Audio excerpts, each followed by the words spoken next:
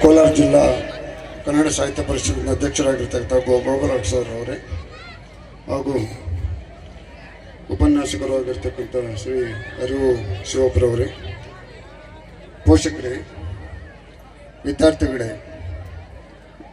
ಈಗ ಬಹುಶಃ ನಾವು ಮಾತಾಡಿದ್ರೆ ಯಾರು ನಮ್ಮ ಮಾತನ್ನು ಕೇಳಿಸ್ಕೊಳ್ಳಿದಲ್ಲ. ಮಕ್ಕಳ ಚಟುವಟಿಕೆಗಳ ಮೇಲೇ ಬಹಳಷ್ಟು ಆಸಕ್ತಿ ಇರುತ್ತೆ. ಆದರೂ ಕೂಡ ಒಂದು 2 ನಿಮಿಷ ಮಾತಾಡಿ ನಾನು ಮಾತನ್ನು ಮುಗಿಸ್ತೇನೆ. ಈ ಶಾಲೆಯನ್ನು ನೋಡ್ತಾ ಇದ್ರೆ ದೊಡ್ಡವರು ಒಂದು ಗಾದೆ ಹೇಳ್ತಾ ಇರ್ತಾರೆ, ಹಳ್ಳಿಯಿಂದ ಡೆಲ್ಲಿವರೆಗೆ ಅಂತೇಳಿ. ಆದರೆ ಮಂಜುನಾಥ್ ರೆಡ್ಡಿ ಸರು ಡೆಲ್ಲಿಯಿಂದ ಹಳ್ಳಿಗೆ ತರ್ತಾ ಇದ್ದಾರೆ ಅಂತ ಕಾಣಿಸ್ತದೆ. ಅಂದರೆ ಯಾಕೆ ಮಾತನಾಡಿದೆ ಅಂತಂದರೆ, ಸಾಮಾನ್ಯವಾಗಿ ಪೋಷಕರು ಮಕ್ಕಳನ್ನು ಸೇರಿಸ್ಬೇಕಂದ್ರೆ ನಗರ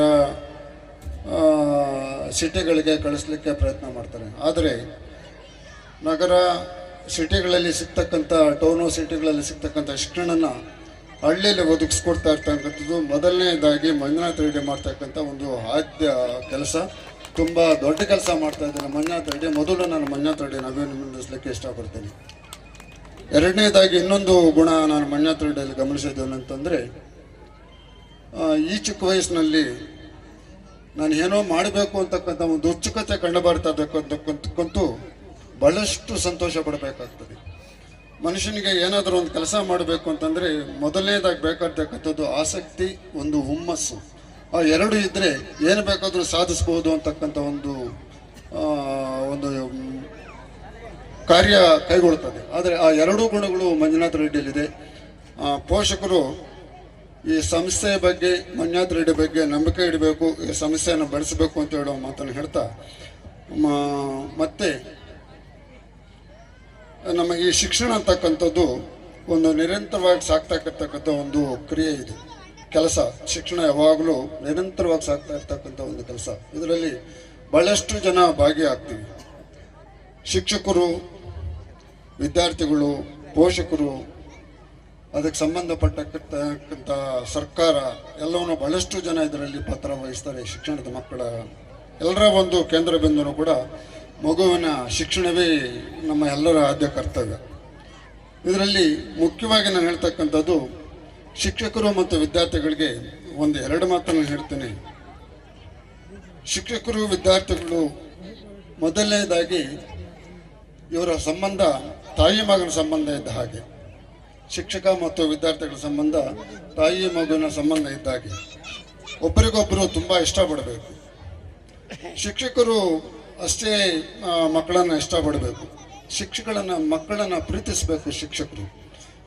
ಮಕ್ಕಳು ಕೂಡ ಅಷ್ಟೇ ಶಿಕ್ಷಕರನ್ನು ಅಷ್ಟೇ ಇಷ್ಟಪಡಬೇಕು, ಶಿಕ್ಷಕರನ್ನು ಕೂಡ ಪ್ರೀತಿಸಬೇಕು ವಿದ್ಯಾರ್ಥಿಗಳು.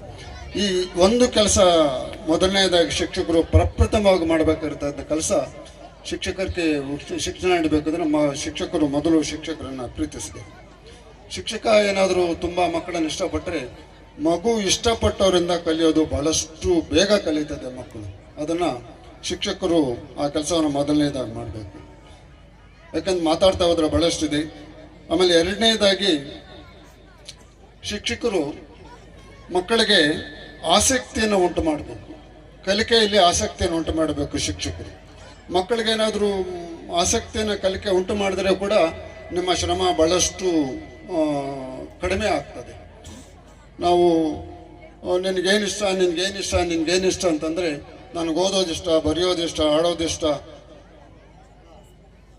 ಅಂತಕ್ಕಂಥ ಒಂದು ಅಭಿಪ್ರಾಯ, ಒಂದು ಹುಮ್ಮಸ್ಸು ಮಕ್ಕಳಲ್ಲಿ ಏನಾದರೂ ಸೃಷ್ಟಿಯಾದರೆ ಆ ಮಗು ತಾನಾಗೇ ಕಲಿಕೆಯಲ್ಲಿ ತೊಡಗಿಸ್ಕೊಳ್ತದೆ. ನಮ್ಮ ಶಿಕ್ಷಕರ ಒಂದು ಶ್ರಮ ಕಡಿಮೆ ಆಗ್ತದೆ. ಮೊದಲನೇದಾಗಿ ಮಕ್ಕಳನ್ನು ಪ್ರೀತಿಸಬೇಕು. ಎರಡನೇದಾಗಿ ಮಕ್ಕಳಲ್ಲಿ ಆಸಕ್ತಿಯನ್ನು ಮೂಡಿಸಬೇಕು. ಮತ್ತು ಮೂರನೇದಾಗಿ ಬಹುಮುಖ್ಯವಾಗಿ ಮಾಡಬೇಕಾಗಿರ್ತಕ್ಕಂಥ ಕೆಲಸ, ಶಿಕ್ಷಕರು ತರಗತಿ ಕೊಠಡಿಯಲ್ಲಿ ಮಕ್ಕಳನ್ನು ಯೋಚನಾಮಗ್ನರಾಗಿ ಮಾಡಬೇಕು. ಮಕ್ಕಳು ಇವತ್ತು ನಮ್ಮ ಶಿಕ್ಷಣ ಏನಾಗಿದೆ ಅಂತಂದರೆ, ಬರೀ ನಮ್ಮ ಟರ್ಮ್ಸಲ್ಲಿ ಒಂದು ಟರ್ಮ್ ಹೇಳ್ತೀವಿ, ಪ್ಯಾರೆಟ್ ಲರ್ನಿಂಗ್ ಅಂತೇಳಿ, ಈ ಗಿಳಿ ಪಾಠ ಅಂತ ಹೇಳ್ತೀವಿ. ಆ ಗಿಳಿ ಪಾಠದ ಪುಸ್ತಕದ ಒಂದು ಸಾರಾಂಶವನ್ನು ಮಕ್ಕಳಿಗೆ ಹೇಳಿ ಅದನ್ನು ತಿರುಗಿಸಿ ಮಕ್ಕಳ ಬಾಯಲ್ಲಿ ಹೇಳಿಸಿ ಪರೀಕ್ಷೆಯನ್ನು ಎದುರಿಸಕ್ಕಂಥ ಒಂದು ಪ್ರಯತ್ನ ಸಾಗ್ತಾ ಇದೆ. ಅದಕ್ಕೆ ಮೊದಲಾಗಿ ನಮ್ಮ ಬೋಧನೆ ಪ್ರಶ್ನಾರ್ಥಕ ಬೋಧನೆ ಆಗಿ ಪರಿಗಣಿಸಬೇಕು, ಶಿಕ್ಷಕರು ಮನಗಾಣಬೇಕು. ಬಹುಮುಖ್ಯ ಕೆಲಸ, ನಮ್ಮ ಕೆಲಸ, ಶಿಕ್ಷಕರ ಕೆಲಸ ಮಕ್ಕಳಲ್ಲಿ ಯೋಚನಾ ಶಕ್ತಿಯನ್ನು ಬೆಳೆಸಬೇಕು. ಮಕ್ಕಳಲ್ಲಿ ಯೋಚನಾ ಶಕ್ತಿಯನ್ನು ಬೆಳೆದರೆ ಆ ಮಗು ಒಳ್ಳೇದ್ಯಾವುದು ಕೆಟ್ಟದ್ಯಾವುದು, ನಾನು ಏನು ಮಾಡಬೇಕು ಏನು ಮಾಡಬಾರ್ದು ಅಂತಕ್ಕಂಥದ್ದನ್ನು ಕಲಿತದೆ. ಆಮೇಲೆ ಬಹಳಷ್ಟು ಆಳವಾಗಿ ಜ್ಞಾನದಲ್ಲಿ ಹೋಗ್ತದೆ ಮಗು. ಅದರಿಂದ ಶಿಕ್ಷಕರಾಗಿರ್ತಕ್ಕಂಥವರು ಮಕ್ಕಳಲ್ಲಿ ತರಗತಿಯಲ್ಲಿ ಯೋಚನಾ ಶಕ್ತಿಯನ್ನು ಬೆಳೆಸಲಿಕ್ಕೆ ಪ್ರಯತ್ನ ಮಾಡಬೇಕು. ಅದಕ್ಕೆ ನಮ್ಮ ಬೋಧನೆಯನ್ನು ನಾವು ಯಾವಾಗಲೂ ಸ್ಟೇಟ್ಮೆಂಟ್ಸಲ್ಲಿ ಕೊಡೋ ಬದಲು ಕ್ವಶನಿಂಗ್ನಲ್ಲಿ ನಮ್ಮ ಪಾಠವನ್ನು ಮಾಡೋದಕ್ಕೆ ಪ್ರಯತ್ನ ಮಾಡಬೇಕು ಶಿಕ್ಷಕರು. ಆಮೇಲೆ ನಾಲ್ಕನೇ ಒಂದು ವಿಷಯ ಬಹುಮುಖ್ಯವಾಗಿ ಗಮನಿಸಬೇಕಾಗಿರ್ತಕ್ಕಂಥದ್ದು, ಇವತ್ತು ನಮ್ಮ ಮಕ್ಕಳು ಬಹಳಷ್ಟು ವಿದ್ಯಾವಂತರಾಗ್ತಾ ಇದ್ದಾರೆ, ಬಹಳಷ್ಟು ಅಂಕಗಳನ್ನು ಪಡೀತಾ ಇದ್ದಾರೆ. ಆದರೂ ಕೂಡ ಎಲ್ಲೋ ಒಂದು ರೀತಿಯಲ್ಲಿ ನಮ್ಮ ಮಕ್ಕಳಿಗೆ ಏನೋ ಒಂದು ಕೊರತೆ ಎದ್ದು ಕಾಣ್ತದೆ. ಏನಪ್ಪ ಅದು ಅಂತಂದರೆ, ನಮ್ಮಲ್ಲಿ ಮಕ್ಕಳಲ್ಲಿ ಬಹಳಷ್ಟು ಮೌಲ್ಯಗಳು ಮರೆಯ ಆಗ್ತಾ ಇದ್ದಾವೆ. ಇವತ್ತು ಮಕ್ಕಳಿಗೆ ನಾವು ಎಷ್ಟೇ ಜ್ಞಾನ ಹೇಳ್ಕೊಟ್ರೂ ಕೂಡ ಸಂಸ್ಕಾರ ಹೇಳ್ಕೊಡ್ಲಿಲ್ಲ ಅಂತಂದರೆ ಆ ಮಗು ನಿರರ್ಥಕ ಮಗು ಆಗ್ತದೆ. ನಿರರ್ಥಕ ಮಗು ಅಂತಂದರೆ 90% 100% ಫಲಿತಾಂಶ ಪಡೆದು ಒಳ್ಳೆ ವಿದ್ಯಾವಂತನಾದರೂ ಕೂಡ ಸಂಸ್ಕಾರ ಇಲ್ಲ ಅಂತಂದರೆ ಮಕ್ಕಳಿಗೆ ಏನೂ ನಾವು ನ್ಯಾಯ ಒದಗಿಸ್ಕೊಟ್ಟಂಗೆ ಆಗೋದಿಲ್ಲ ಶಿಕ್ಷಕರು. ಅದರಿಂದ ಮಾನವೀಯ ಮೌಲ್ಯಗಳನ್ನು ಬೆಳೆಸ್ಕೊಳ್ತಕ್ಕಂಥ, ನಮ್ಮ ಜ್ಞಾನದೊಂದಿಗೆ ಮಾನವೀಯ ಮೌಲ್ಯಗಳನ್ನು ಬೆಳೆಸ್ತಕ್ಕಂಥ ಒಂದು ಪ್ರಯತ್ನ ಕೂಡ ನಾವೇ ಮಾಡಬೇಕಾಗ್ತದೆ ಶಿಕ್ಷಕರು. ಆ ಮೌಲ್ಯಗಳಿಗೂ ಕೂಡ ಅಷ್ಟೇ ಹೆಚ್ಚಿನ ರೀತಿಯಲ್ಲಿ ಒತ್ತನ್ನು ನೀಡಿ ನಾವು ಇವತ್ತು ತರಗತಿ ಕೊಠಡಿಗಳಲ್ಲಿ ಪಾಠ ಪ್ರವಚನಗಳನ್ನು ನಡೆಸಬೇಕಾಗ್ತದೆ. ಅದಕ್ಕೆ ಒಂದು ಉದಾಹರಣೆ ನೀಡೋದಾದರೆ, ಹೀಗೆ ಒಬ್ಬ ವ್ಯಕ್ತಿ, ಒಂದು ಶಿಕ್ಷಕ ಒಂದು 7-8 ಜನ ಮಕ್ಕಳನ್ನು ಟೆಸ್ಟ್ ಮಾಡಲಿಕ್ಕೆ ಇವರಲ್ಲಿ ಎಷ್ಟು ರೀತಿಯಾಗಿರ್ತಕ್ಕಂಥ ಒಂದು ಗುಣ ಇದೆ ಅಂತಕ್ಕಂಥದ್ದು, ಒಬ್ರಿಗೊಬ್ಬರು ಮಕ್ಕಳು ಹೇಗೆ ಒಬ್ರಿಗೊಬ್ಬರು ಪ್ರೀತಿಸ್ತಾರೆ ಅಂತಕ್ಕಂಥದ್ದಕ್ಕೆ ಹೀಗೆ ಟೆಸ್ಟ್ ಮಾಡ್ತಾ, ನೋಡ್ರ ಮಕ್ಕಳೇ, ನೀವು ಒಂದು 7-8 ಜನ ಮಕ್ಕಳನ್ನ ನಿಲ್ಲಿಸ್ಕೊಂಡು ನೋಡಿ, ಅಲ್ಲಿ ಐಸ್ ಕ್ರೀಮ್ ಇಟ್ಟಿದ್ದೀನಿ, ನೀವು ಯಾರು ಬೇಗ ಫಸ್ಟು ಓಡೋಗಿ ನೀವು ಐಸ್ ಕ್ರೀಮ್ನ ತಗೊಳ್ತಾರೋ ಅಷ್ಟು ನಿಮಗೆ ಐಸ್ ಕ್ರೀಮ್ ಅಲ್ಲ ನಿಮಗೆ ಅಂತೇಳಿ ಟೆಸ್ಟ್ ಮಾಡೋದ್ರಂತೆ. ಎಲ್ಲ ಮಕ್ಕಳು ಓಡೋಗಿ ಯಾರು ಫಸ್ಟ್ ಓಡೋಗ್ತಾರೋ ಅವ್ರಿಗೆ ನಿಮ್ಗೆ ಐಸ್ ಕ್ರೀಮ್ ಅಂತೇಳಿ. ಈ ಮಕ್ಕಳು 7-8 ಜನ ಒಬ್ಬರು ಓಡಲಿಲ್ಲ, ಒಬ್ರಿಗೊಬ್ರು ಹೆಗಲ ಮೇಲೆ ಕೈ ಹಾಕೊಂಡು ಒಬ್ರು ನಿಂತ್ಕೊಂಡು ಬಲವಾಗಿ ನಿಂತ್ಕೊಂಡು ಅಲ್ಲೇ ಇದ್ದಾರೆ, ಯಾರೂ ಓಡೋಗ್ಲಿಲ್ಲ ಐಸ್ ಕ್ರೀಮ್ ತಗೊಂಡು ತಿನ್ಲಿಕ್ಕೆ. ಯಾಕೋ ನೀವು ಓಡೋಗ್ಲಿಲ್ಲ, ಯಾಕೋ ನಿಮ್ಗೆ ಐಸ್ ಕ್ರೀಮ್ ಬೇಡ ಅಂತಂದರೆ, ಒಬ್ರು ಫಸ್ಟ್ ಓಡೋಗ್ಬಿಟ್ಟು ನಾನು ಐಸ್ ಕ್ರೀಮ್ ಎತ್ಕೊಂಡೋಗಿ ತಿಂದ್ಬಿಟ್ರೆ 7 ಜನ ಹಂಗೆ ಇರ್ತಾರಲ್ಲ, ಅವ್ರು ಅಳ್ತಾ ಇದ್ರೆ ನಾನು ಹೆಂಗೆ ಸಂತೋಷದಿಂದ ಐಸ್ ಕ್ರೀಮ್ ತಿನ್ನಲಿ ಅಂತ ಹೇಳಿದ್ರಂತೆ ಆ ಮಕ್ಕಳು.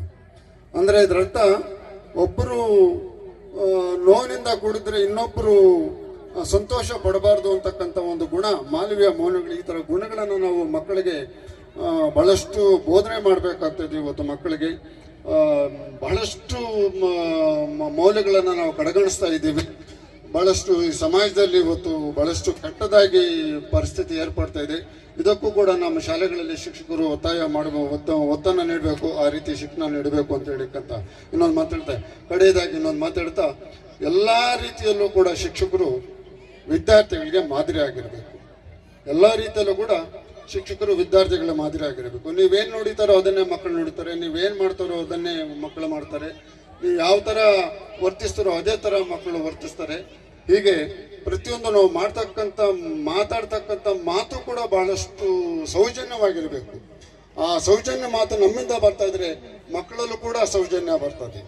ನಾವು ಸಂಸ್ಕಾರಯುತವಂತರಾಗಿದ್ದರೆ ನಮ್ಮಲ್ಲೂ ಕೂಡ ಮಕ್ಕಳಲ್ಲೂ ಕೂಡ ಸಂಸ್ಕಾರವನ್ನು ನಾವು ನಿರೀಕ್ಷಿಸಬಹುದು. ಹೀಗೆ ಹೇಳ್ತಾ ಹೋದರೆ ಬಹಳಷ್ಟು ವರ್ಷಗಳಿರುತ್ತೆ. ಇಷ್ಟು ಮಾತ್ರನ ಹೇಳಿ ಈ ಸಂದರ್ಭದಲ್ಲಿ ಅವಕಾಶ ಸಿಕ್ಕರೆ ಮಂಜುನಾಥ್ ರೆಡ್ಡಿ ಸರ್ ಬೇರೆ ಯಾವತ್ತಾದರೂ ಒಂದು ಅವಕಾಶ ಒದಗಿಸ್ಕೊಟ್ರೆ ಬೇರೆ ಟೈಮಲ್ಲಿ ಮಾತಾಡ್ತೀನಿ. ಈಗ ಮಕ್ಕಳು ನಿಮ್ಮ ಡ್ಯಾನ್ಸ್ಗಳೆಲ್ಲ ಜಾಸ್ತಿ ಇದೆ, ಅದರಿಂದ ನನ್ನ ಮಾತನ್ನು ಮುಗಿಸ್ತೇನೆ. ಜೈ ಹಿಂದ್, ಜೈ ಕರ್ನಾಟಕ.